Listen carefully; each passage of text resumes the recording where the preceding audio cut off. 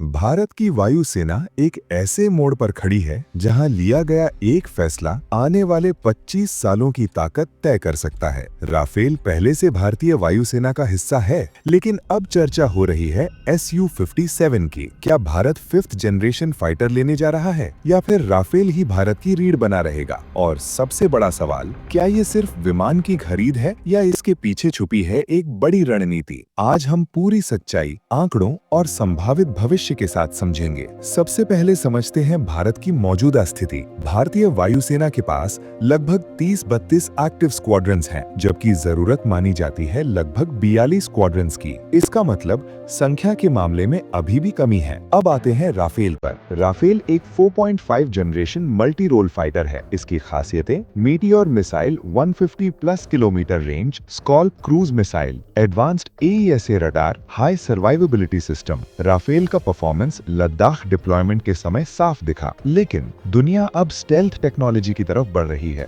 5th generation fighter की जरूरत क्यों? आज के युद्ध सिर्फ स्पीड या मिसाइल से नहीं जीते जाते। आज का युद्ध है radar invisibility, electronic warfare, network centric combat, data dominance. चीन के पास J-20 मौजूद है, अमेरिका के पास F-22 और F-35।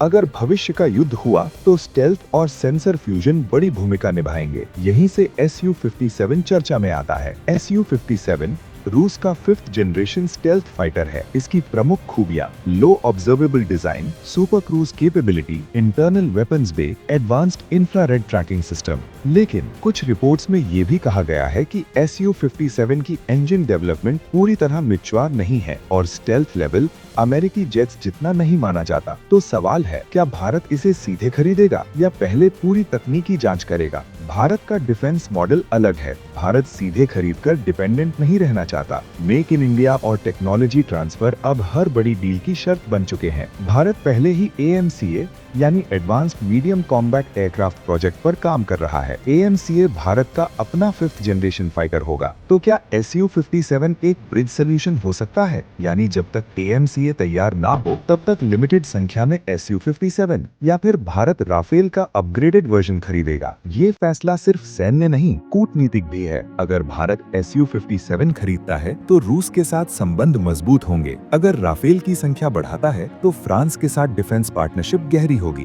भारत, अमेरिका, रूस और फ्रांस तीनों के साथ स्ट्रेटेजिक बैलेंस रखता है।